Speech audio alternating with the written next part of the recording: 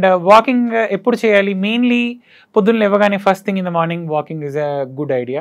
దానివల్ల మీరు ఆల్రెడీ ఫాస్టింగ్లో ఉంటారు 12 hours. ఇప్పుడు మార్నింగ్ ఏం తినక ముందు వాకింగ్ చేస్తే ఏంటంటే ఫాస్టింగ్లో ఉంటారు అండ్ ఫ్యాట్ బర్న్ కొంచెం త్వరగా అవుతుంది. ఆల్రెడీ 12 hours ఫాస్టింగ్లో ఉన్నప్పుడు when you start doing exercise body will start utilising your fat to increase మసిల్స్కి గ్లూకోజ్ కావాలి వాకింగ్ చేసినప్పుడు. సో అది మన ఫ్యాట్ నుంచి it will take fat burn అయ్యి గ్లూకోజ్ సప్లై పెరుగుతుంది. So doing walking early morning is a good idea. But ఒక విషయం ఏంటంటే ఇప్పుడు షుగర్ ఉన్న వాళ్ళు ఆల్రెడీ నైట్ ఇన్సులిన్ టాబ్లెట్స్ వేసుకొని ఉంటారు. అలాంటి వాళ్ళు కొంచెం చూసుకోండి. ఎందుకంటే మార్నింగ్ టైం వాకింగ్ చేసినప్పుడు మీరు ఆల్రెడీ షుగర్ లెవెల్స్ కొంచెం తక్కువ రేంజ్లో ఉంటాయి అండ్ మీరు వాకింగ్ చేసినప్పుడు ఇన్సులిన్ ప్రొడక్షన్ పెరుగుతుంది. కొంచెం హైపోగ్లైసిమియా రిస్క్ ఉండే అవకాశం ఉంటుంది, ఎస్పెషల్లీ ఇన్సులిన్ తీసుకునేవారు, డయాబెటీస్ మెడికేషన్ నైట్లో తీసుకునేవారు.